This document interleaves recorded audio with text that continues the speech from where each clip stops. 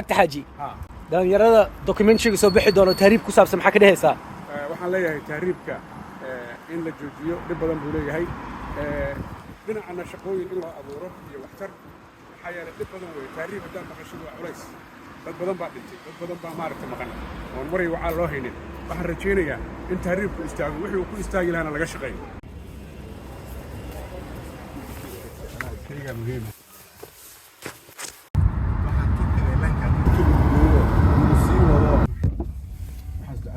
محمد عبد الله سعد والله من يدفع عن عبد الله سعد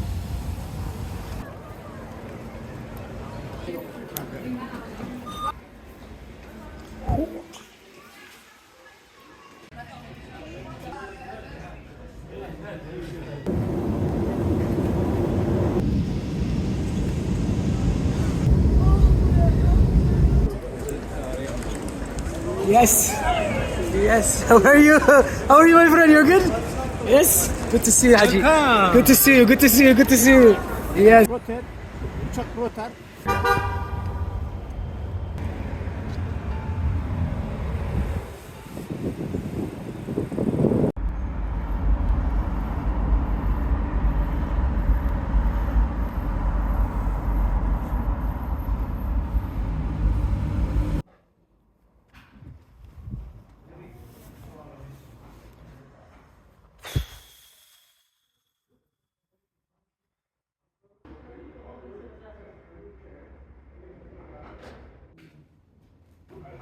الحمد لله.